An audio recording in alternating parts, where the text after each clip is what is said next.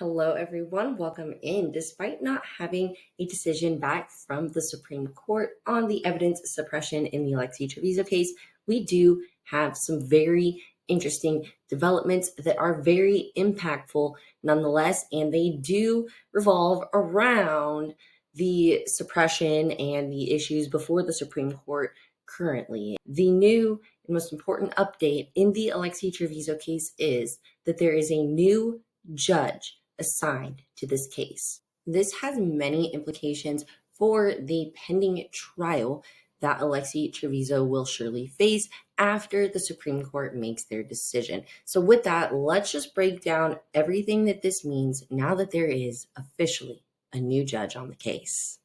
Now, right off the bat, I think it's very fair to say that the prosecution likely benefits from this.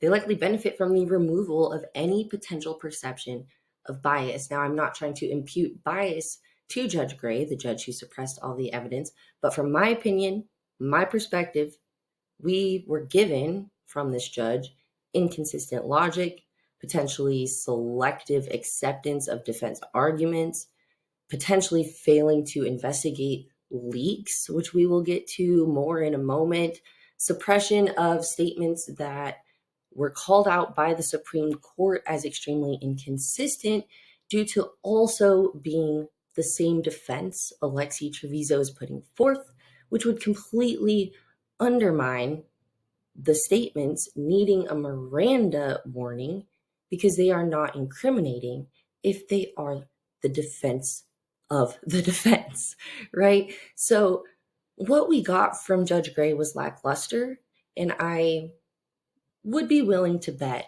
it is a sigh of relief for the prosecution moving forward in not going to trial under the judge that they had to appeal up to the Supreme Court. The next important thing to think about, in my opinion, is how the optics from the bench can now move forward without any issues. If Judge Gray had simply been removed from this case, or worse, had some kind of official forced retirement or been outed from her judiciary position in any way, shape, or form, it would be a very, very awkward time. And it would also leave a stain on the case for the new judge coming in. So it is very fortuitous that Judge Gray ended up retiring. And we're going to be talking about the timing here in a little bit. So put a pin in that if you're curious about it. But it is fortuitous that Judge Gray did retire, and that allows the new judge to look at this case and move forward in this case with completely fresh eyes and without having to maneuver any backdoor politics or optics for the judiciary that may have occurred. When, in my opinion, the Supreme Court overturns Judge Gray's original suppression and at most leaves 0.1% of the evidence as suppressed, it will be probably a pretty big news story. It will be a big deal that a pretrial suppression has been overturned. And that type of news is not great optics for the judiciary. They don't want those kind of things. And so the least amount of impact for the new judge and for this case is to have this new judge and have Judge Gray already quietly retired. And I'm not saying that anyone can actually prepare for this or that there's any grand politicking going on behind the scenes. But in my opinion, sometimes these things are taken into consideration when there are optics, and maybe it's well known within the legal community there that one of the biggest high-profile murder cases other than the one out of Hollywood that has happened recently in New Mexico had such a big flub likely in the judge's decision. And it could look really, really bad if the right people are questioning what the judge did, especially after the Supreme Court overrules it. And so this takes a lot of pressure off the new judge because the new judge has nothing to do with any of that, is going to be given strict and explicit direction for moving forward. And that will be the best thing they can do. They will not be undermining their fellow judge who retired. They will simply be upholding the law as the Supreme Court told them to. So this is kind of convoluted and, takes a lot of the optics into account. But you do have to wonder if the judge would have had any kind of pressure, anything that was pushing on them, if Judge Gray had gone out in embarrassment, and then you inherit that case as a judge, right? So it seems like that is all by the wayside. And I only bring this up because, from my perspective, in my opinion, the ruling by Judge Gray was so unbelievable that it is possible for some sort of embarrassment to come after the Supreme Court makes a decision. It's highly possible. I mean, as we were told by the state, the judge cited no case law. And so for that to be decided in a murder case, and for the judge to have taken defense arguments on face value about the medications given to Alexee Trevizo, that she could say and even care about those medications without any medical testimony, to decide that Alexee could be impacted by them, seemed a little bit too far with the discretion, in my opinion. And so I do think that this decision is ripe for not only being overturned, but being heavily criticized for Judge Gray. And so the timing, which we'll get to, is quite interesting. And we'll look at what I found. The earliest news that I could find announcing Judge Gray's retirement was the bar bulletin for the state of New Mexico for this past August. Now, it said that effective July 31st, she would be retiring and a vacancy would be open. We do have the appointment for this seat already filled, and that is who is going to be the judge for Alexee Trevizo's case for the foreseeable future. I don't really see that changing.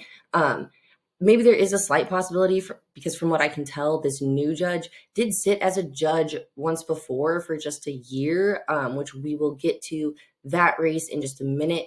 But first, as we're talking about the timing when it comes to essentially this retirement and oral argument, and what I think is going to come from oral argument, which is an overturn on something that I think the judge herself could have easily parsed through as a judge, not needing it to go all the way to a justice. With that, there is an article that came out. And for all of those who are deeply invested in this case, everyone knows that oral argument was on September 4th.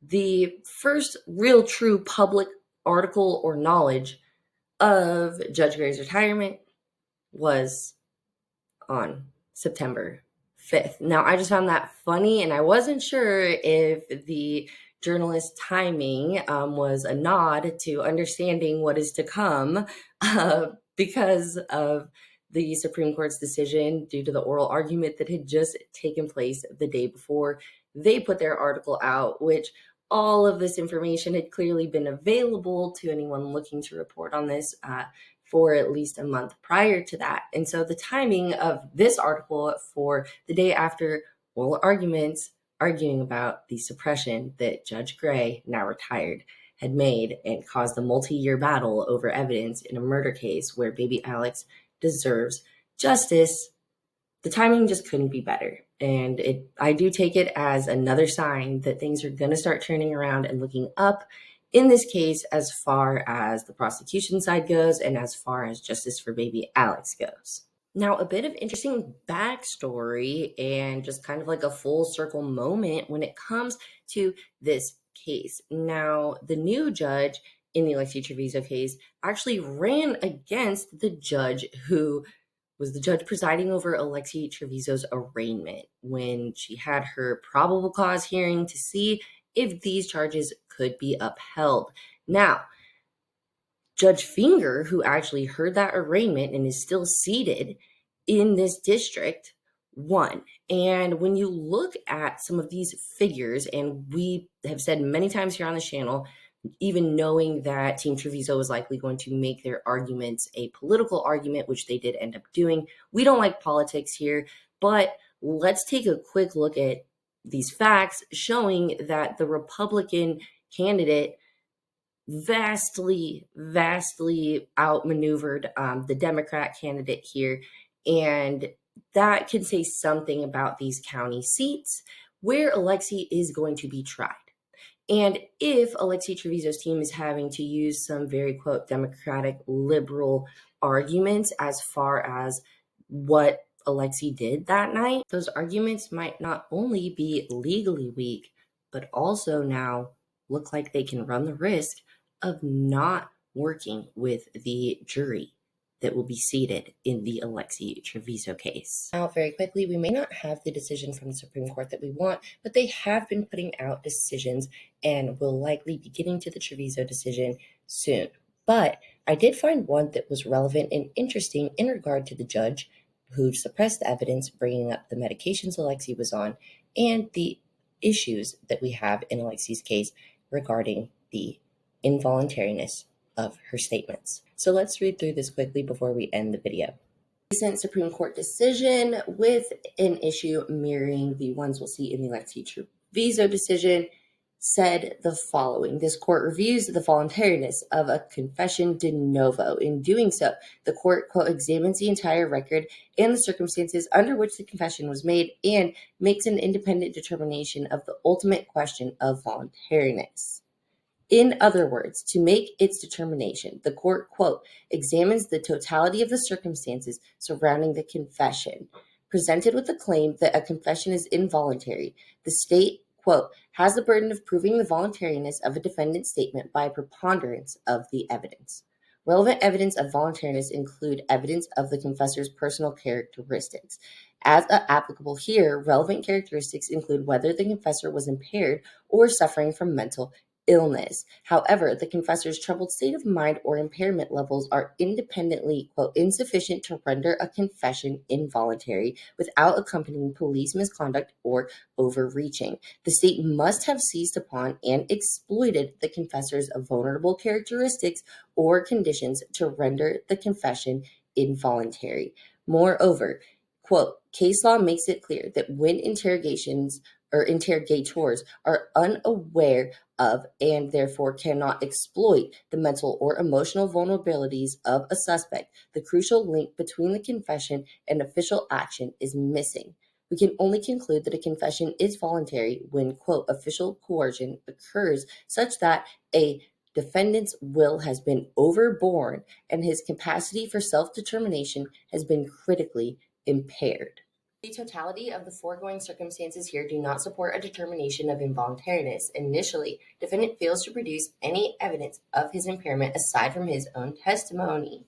Furthermore, the evidence unambiguously demonstrates that defendant did not exhibit signs of drug impairment at any time during the interviews. Defendant was walking, talking, and coherent. The state's drug recognition expert opined that defendant did not exhibit signs consistent with someone being high on Xanax. Specifically, defendant was coherent, articulate, and exhibited complex thought processes. Additionally, defendant fabricated facts.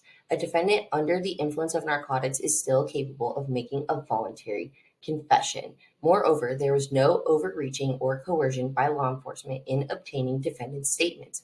There is no evidence whatsoever that Officer Formento or Detective Bruciaga did anything to overreach or coerce defendant into giving his statements.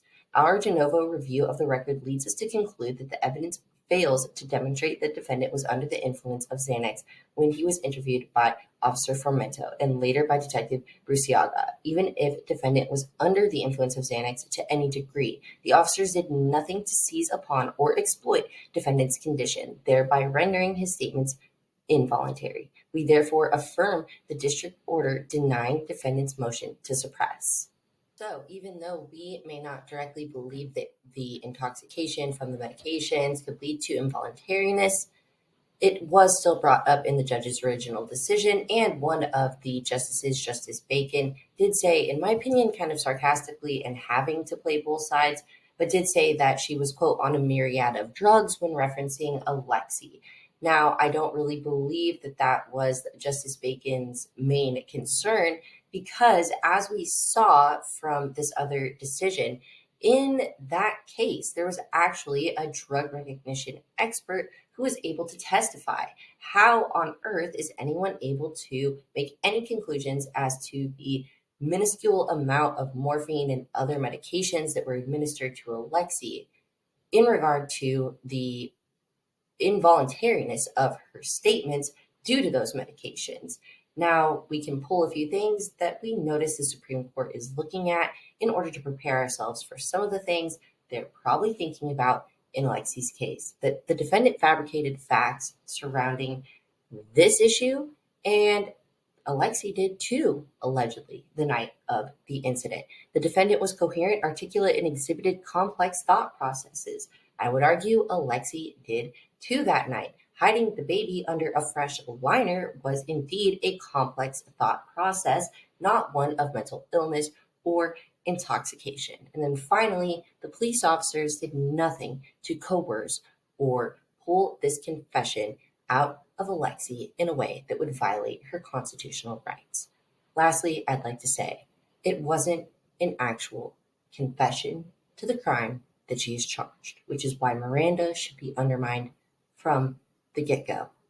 The same story that Alexee has said since being in that hospital bed on January 27th, 2023, is that baby Alex wasn't born alive. That is not a confession. That is a defense. Miranda should not apply. Thank you so much if you've made it this far in this video. If you have any comments, questions, or concerns, please leave them down below and I'll get back to you as soon as possible. And I do genuinely enjoy the conversation. If you're interested in following cases like the Alexee Trevizo Case, please subscribe. So I'll be covering it all along the way with a legal focus. It's your Friday. I'll see you in the next video. Goodbye.